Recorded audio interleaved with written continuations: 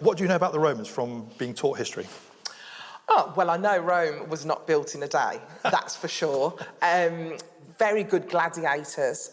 I can remember Julius Caesar. Well, it's really interesting you say that, because Julius Caesar is the individual, along with Cleopatra, which most people reference when they talk about the Roman Empire. And Caesar is also famous for coming to Britain, and a lot of people think that Caesar conquered Britain, but he didn't. So effectively, he came, he saw, but he didn't conquer. Oh. Now, the most important Roman, I would argue, who actually ever came to Britain was the African emperor, Septimius Severus. Hold on. Let's just stop there. Okay. Are you telling me there was an African emperor? There was an African emperor, and he was one of the greatest Roman emperors. So he was born in North Africa in AD 145, and he died here, right beneath your feet.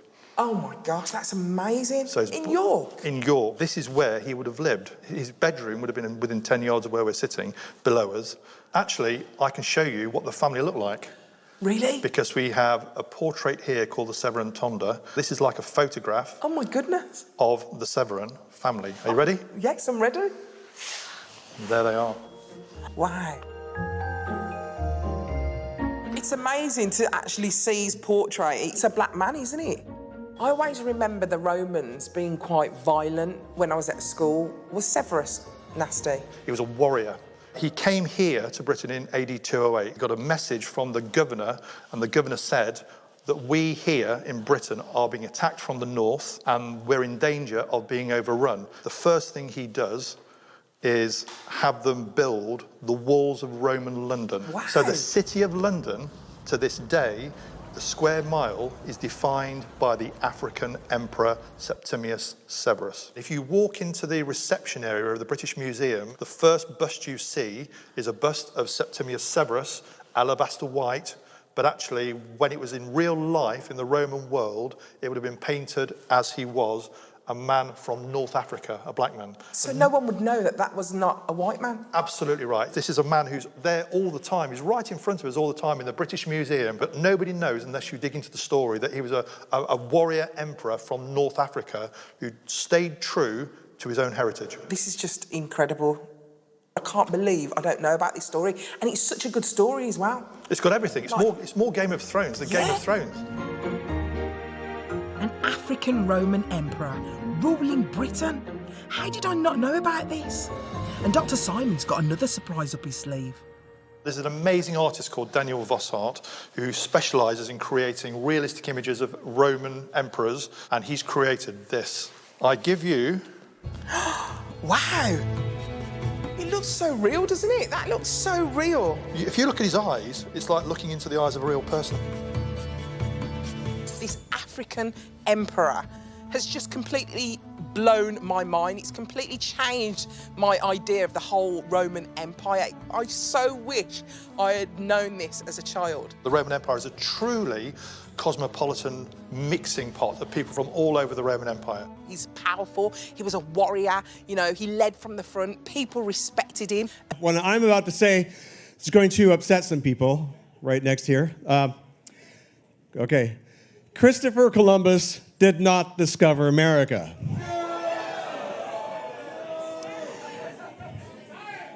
Exactly. I mean, never mind the question of like how you can discover a place where the inhabitants are watching you arrive from the shore. Yeah, they weren't wearing pants. Is that what somebody said? I like that. So anyway, there were actually many other mariners before Columbus that discovered America as well. Decades earlier, even eons earlier, there were so many people that were coming across these islands and this continent. But it's only been in the last century that evidence has surfaced and continually grown to indicate that many of these pre-Columbian explorers might have come from Africa. So the first scientist to promote this possibility was Leo Wiener. Born in Russia, Wiener immigrated to the United States in the late 19th century on his way to British Honduras, where he planned to open a vegetarian commune. Well, when that turned out not to be the dream job he expected, he moved back to the United States and he became a professor at Harvard University, as one does.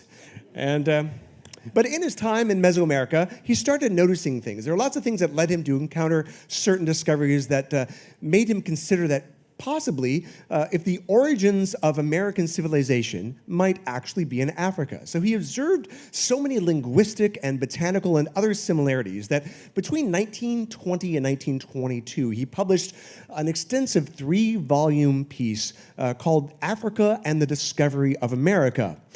Now, unfortunately, this is the 1920s, so as yet, no serious archaeological evidence had been done to, or work had been done to support his botanical theories, because everyone was over raiding tombs in Egypt and things like that. Nod to Howard Carter. So he didn't have a whole lot of other stuff than the names to support him. However, he knew that other clues must exist. For example, he pointed out that Columbus himself was aware that African mariners had preceded him. In his diary of his second voyage, Columbus tells of how the natives of Hispaniola actually had given him gold-tipped metal spearheads that they said were brought by black-skinned people who had come in large boats from the south and southeast. Coincidence? I think not. No. So what's interesting about that, so upon returning to Spain, is that he actually took the spearheads and he sent them away and they had them assayed, and it turned out to be that these spearheads were covered in this metal, this alloy that the inhabitants called guanin, and the metallurgists actually found out that this was an alloy of 32 parts. It was like 18 of gold, 6 of silver, 8 of copper, which, dun dun dun, matched the metal used in spearheads made in Western Africa for thousands of years, as carried by medieval African warriors, including the Mali and the Moors. The West Africans even called this metal guanine, the same name used by the natives of Hispaniola. But nothing more was said about that. Conspiracy. Well, probably because, in the interest of Spain, it was in their best interest that they didn't want to have any challenges to their discovery and the claims to the islands of the West Indies. Well, as the poem goes, or it should anyway, in 1493, Columbus stole all he could see. Yeah, so on his second voyage, which was 10 times larger than the first, Columbus went on a frantic but unsuccessful island hopping trip to find gold and spices. He carried along several natives from his newly discovered San Salvador, which the inhabitants called Guanahanvi. Another island that the natives pointed out, which was really large, and was called Soameto. Soameto. Now, Columbus continued going around whimsically renaming every island he could find. But, Leo Wiener, being the curious person and the linguist that he was, and the etymologist, he couldn't help noticing that the origin of these many place names and botanical names in Mesoamerica actually sounded distinctly like other languages in Africa, particularly Bantu and even Arabic. Wiener and numerous other botanists have also puzzled over the presence of certain plants that predated Columbus but originated in Africa. For example, the calabash bottle gourds. Now, this is a species originally from West Africa, where they were well cultivated in America before Europeans arrived, even long before they existed in Indonesia or Polynesia. So, in fact, the Pacific was the last place that bottle gourds actually reached and expanded to. Pardon my covfefe. Well, if it were not for transatlantic trade, pre-Columbian times, it would be very difficult to explain how certain plants, such as the yam, the sweet potato, domesticated cotton, peanuts, and tobacco, reached both West Africa and the Americas. The spread of the plantain is particularly noteworthy because it could not remain viable if it was carried in salt water. Well, in the 1640s, a Brazilian botanist named George Marcgrave wrote that the establishment of a particular varieties of plantains in this region stands as a strong argument for ancient maritime contact between the Americas and Africa. That's bananas. B-A-B-A-N-A-S. So how do these plants and languages and other cultural elements get to the Americas? Well, some believe, so what's that? Well, you're cheating. Well, some people believe that, over thousands of years, Africans migrated out of Africa and then over the Bering Strait, then down into South America, and things like that. Well, another explanation exists, and so get ready. There you go, let it out of your system. Awesome. Africans had ships. In fact, they had four kinds of, unbelievable. They had a shipload of vessels, and they had away. The anchors way. So, in fact, they had four kinds of vessels. And Nubian pottery, this is an example of Nubian pottery with a painting on it that shows a long-hold pottery. Art! That shows either a long-hold boat or a papyrus raft or a hauled-out canoe. And then this other painting beside it is from, the first one was from 3000 BC, and this is a bird's eye view of an oared riverboat in Chad. And it dates from 3500 BCE. Now, the Africans of Guinea also had dugout canoes hewn from these monumental trees on the coast there. In 1500, just a few years after Columbus's voyage, the Portuguese captain Pacheco Pereira wrote, "In this country can be found the largest canoes made of a single trunk. Some are so large that they hold 80 men." Now, the West Africans were known to lash two dugout canoes together, side by side, and no one questions the seaworthiness of a similar type of Polynesian catamarans. Well, here's a 15th century Portuguese painting of sailing canoes on the Congo estuary. The Portuguese, like Captain Pereira, had heard that African traders were visiting Brazil in the mid-1400s. So to demonstrate that mariners from West Africa could have sailed to the Americas using papyrus vessels as early as 2000 BCE, Norwegian adventurer Tor Heyerdahl actually used ancient shipbuilding techniques in order to construct and sail the Ra 1 and the Ra 2 in 1969 and 70. And generally, some type of sailing vessel will average about 100 miles per day, even without sails. And in an ocean current, something like a raft or a reed boat can average about 60 miles a day. Now, Islamic historian Amir Hajib reported that voyages west from Mali were happening in the year 1311, just 150 years before Columbus.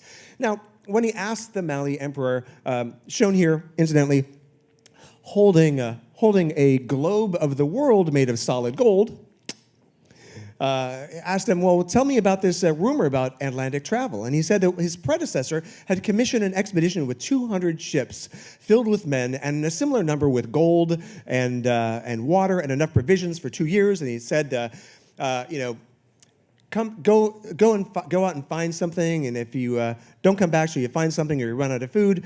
And unfortunately, only one ship returned, and the captains told the emperor that we sailed for a very long time until we met what seemed like a river with a strong current flowing in the open sea. I was the last ship, and I turned where I was and did not enter the current. The others disappeared. I do not know what became of them. So, well, this story seems to describe the trade wind-driven equatorial current, or the Canary Current. Now, I apologize if anyone has any cats on their lap at the moment, but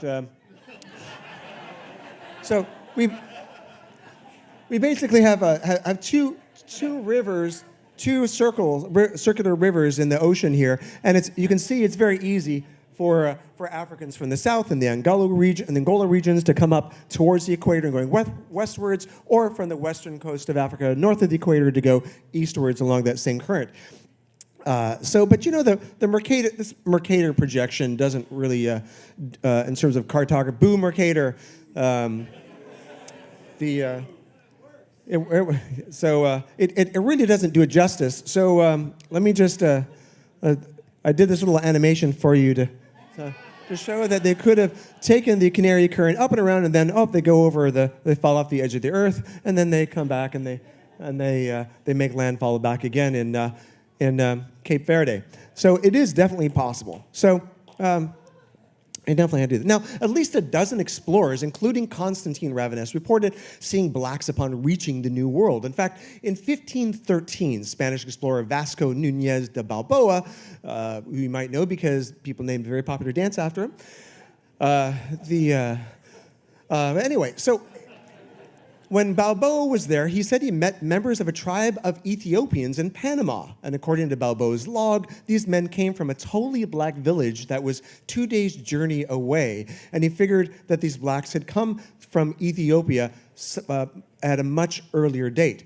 So there are also examples of physical evidence, including pre-Columbian African skeletons, which have been found throughout the Americas. Now, dating between 800 BCE and 300 CE, these murals are from the Temple of the Warriors at Chichen Itza. Now, they clearly feature, the color version is easier to see, but they clearly feature 3 races. And it's depicting black and Indian allies and a battle against white invaders. Now, because of their long blonde hair jewelry, a skin-hulled boat that we have here, right there, and also the fact that they're fighting naked, which was common for warriors from Ireland, they believe that these are Celtic warriors. And because this mural shows that blacks are clearly fighting on the side of the Mayans, that they must have been integrated into society much longer before this painting was done in order to form that form of alliance. Now, there are numerous pre-Columbian figurines with striking similarities to ancient African artwork, and they've been found in Central and South America. In southeastern Mexico, there are 18 rock statues of heads up to 11 feet tall that are facing the ocean, looking east. Now, archaeologists call them the Olmec colossal heads, after the people that carved them. And they were produced for 50 to 200 years and date from at least 900 BCE, when they were mysteriously buried for some reason. So now think about it. It took enormous effort to quarry these. The smallest one was 6 tons, so 6 to 50-ton blocks, to quarry them and carry them 75 miles away from the quarry, and then carve them, and then erect them. These people that they modeled them after must have been important. Whoever they were, they must have been important to be remembered or obeyed or worshipped. Jose Meglia Serrano, the archaeologist who first uncovered them, he pointed out that facial features look amazingly like African blacks, and they all display distinctive headgear or protective helmets.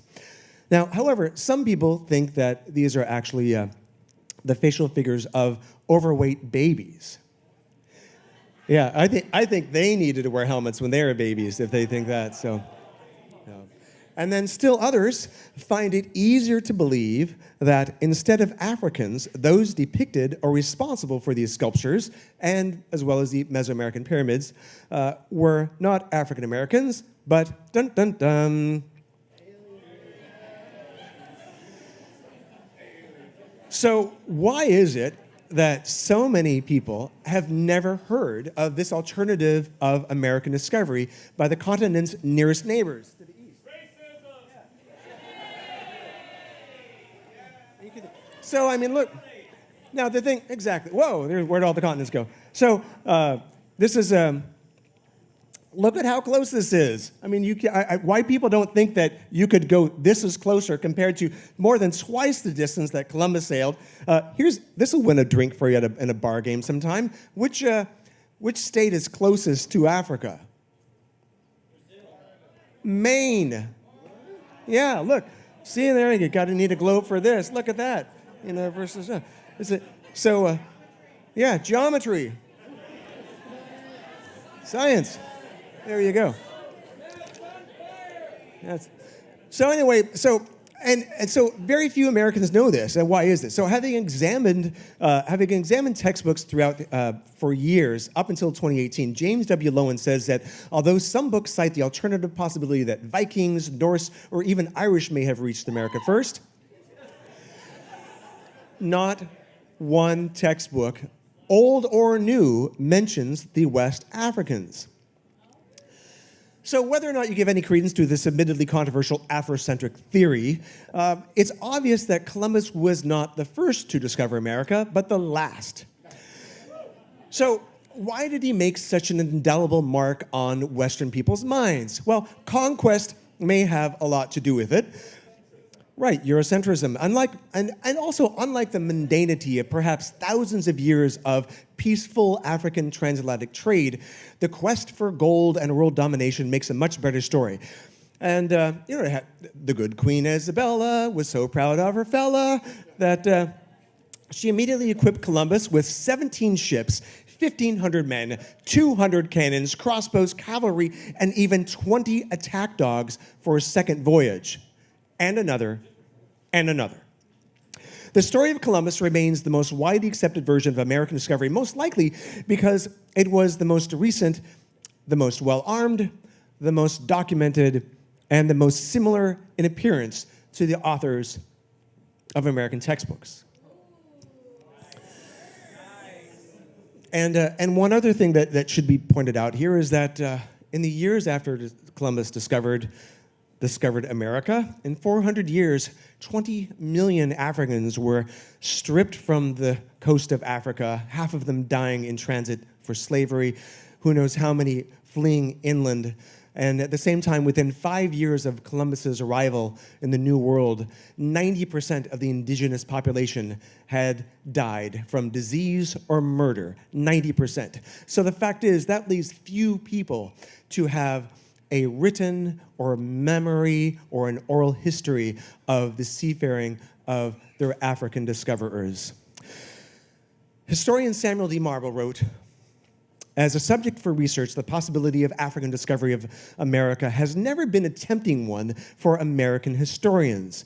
We choose our own history, or more accurately, we select those vistas of history that more or less kind of explain to have the promise of the greatest satisfaction for ourselves. And we have had little appetite to explore the possibility that our founding father was a black man."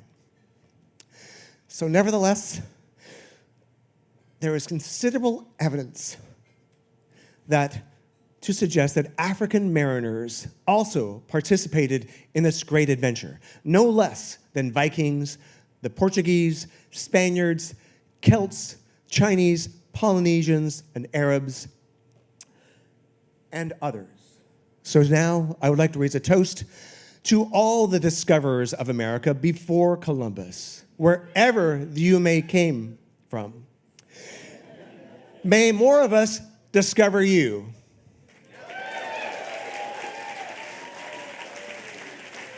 Thank you.